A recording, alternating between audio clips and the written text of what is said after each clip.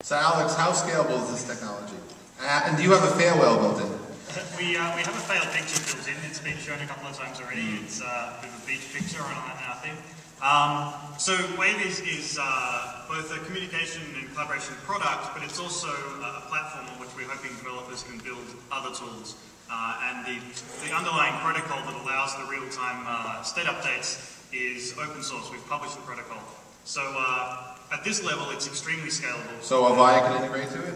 Yeah, Avaya can totally integrate to it. And we're looking out for that accommodations, and there's already some... But yeah, I'll have to ask Mike, when was the last time you built a product that you had to worry about a fail whale? Not too... And why is that? Long time. Because I think the expectations, right, when people are doing certain types of communication, they don't expect failure. They expect uptime of 99.999%, right? Clearly, that's one of the things. So I would argue that traditional telephony is known for that, but this is a new world. Right. So I think one of the gaps we have to deal with, right, is internet versus sort of net versus wire versus bellhead. And I think that there's an issue in terms of just the culture, expectations. But at the end of the day, whether or not it's a free service or not, if it doesn't work, it sucks. Yeah, I mean, because you depend on it, and then all of a sudden, when Gmail's down, for God help us, it's up for 5 years, it goes down for a little bit. I mean, it's all just like, Well, to be clear, we're in a preview, not a beta. Oh, come on. Because we know betas can go on for a little while, so we didn't want to do that. One of the things, actually, you were talking about voice that we found really fascinating was that I feel like with technology and communication technologies, we're at a point in time where, for a long time, 200 years ago, the communication technologies of pen and paper were not as efficient as talking in person. We had telegraph. Still, yeah, that's true. Telegraphs are pretty good. But one of the things that we've found is when you have 10 or 15 people together in a room, you can't all talk at the same time. You talk over each other, you don't hear each other, and you're not able to understand what's going on. But you can IM 7 people at the same time. Exactly. And we're at this point where communication technologies are starting to get to a point where sometimes it's more efficient to have 10 people together electronically than 10 people together in person, which I think is a really interesting point in time to be at. I agree. It's certainly changing things. So Mike, what's your take on all this? I mean, I guess you're traditionally from the Bell system, or? Yeah, I am. And when you have to deal with things, you hear about Twitter and presence, you hear about new forms of communication, you guys shrug your shoulders and say it's going to fail, or do you say this is absolutely not. It is not going to fail. It's here to stay. I personally have passion about integrating it to the traditional, if you want to call it that. I think you made a good point about collaboration being a little bit easier at times electronically, but at times you're going to want the voice, and even when it's not voice, one of my big passions is making all this easier to use, easier to aggregate. Some of the things I see about Google Wave really has to do with a little bit of information overload or communication overload. So you're too much asynchronous communication.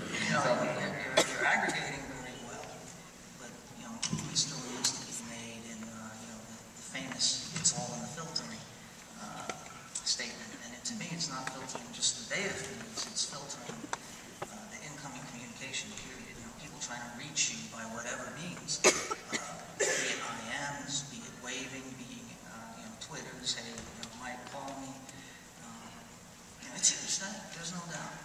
And I don't think any company like mine thinks otherwise. If they do, well, then they're probably the ones that are going to fail. And so, from a Wave perspective, do you look at it as a personal product, as an enterprise product? What's the positioning? So we originally built it as a sort of a consumer product, but we're surprised at the number of enterprises who came to us after we sort of had an initial demo, which was just about 6 months ago. A lot of enterprises came to us and were excited about the notion of being able to use it internally for exactly the kinds of reasons we're talking about. Often it's faster to have these things done electronically than to do with voice. So, we're really kind of building both sides of it now, both kind of building it for businesses, because in businesses, I think they recognize that a lot of the current communication technologies, such as email, are broken. Because a lot of what they're trying to do is talk to a lot of people at once. So 6 months from now, what do you hope to have as far as a Wave population? Oh, that's a great question. I would imagine we're going to be in the millions 6 months from now. The real question, some of the things we're getting towards. I'm not asking about features. No, of course.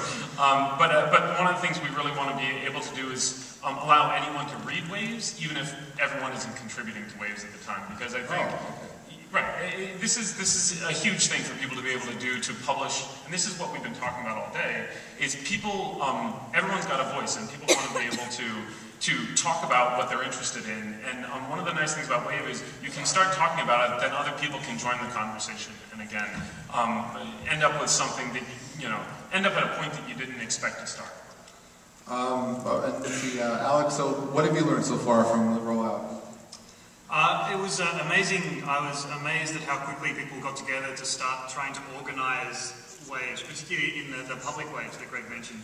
People started spawning Waves about how one should tag Waves to make them easily searchable by everyone else.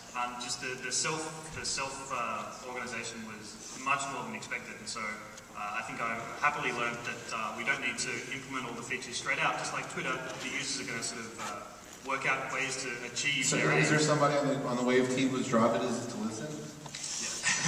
I think everybody on Wave Team's job is to listen. Interestingly, a lot of where we get feedback from is on Twitter. There's a How does that work? I don't know. It turns out we get some of the best feedback on there. We set up all sorts of mechanisms through which to gather feedback. Twitter was by far the most efficient and best one to get it from, just because I think enough people were able to sort of simply state what they wanted, ideas that they had, didn't feel like they had to go and find where to talk about these things. We have a live search all the time going on for Google Wave, so if anyone talks about Google Wave, we see it. And how often do you engage? Sadly, not as much as I'd like to, at least once a day, but I'd like it to be more like 5 to 10 times a day. Mike, what's a typical product life cycle for something on the Avaya, from idea to inception to delivery? Well, I do the appliance side, the communication devices. Admittedly, it used to be 7 years. 7 years. How old's Google? That's changing to more like 2. It's getting much more like the smartphone business, a little bit more disposable, but that doesn't always fit very well with enterprise financial wizards that don't like to turn over the product that often. But when you're dealing with communications, I think that's changing. So even the life cycle of my stuff is going down. And what's the time spent so far on Wave? We've been around for about 6 months. Okay. The other interesting thing is just what people want to do with Wave. Like, there's all these ideas that we've never thought of newsrooms that want to self-organize the way they do news. Exactly, and it's great. And part of the reason we launched, even though we're very obviously not done, for anyone who's used it, you probably can see that. It's fascinating to see what people are doing with it even before we're finished. Terrific. Well, we are finished. I'd like to thank you guys for being part of this panel. And again, let's give a round of applause to these guys. And thank you, Chair. Now, Jeff Pulver, you get to take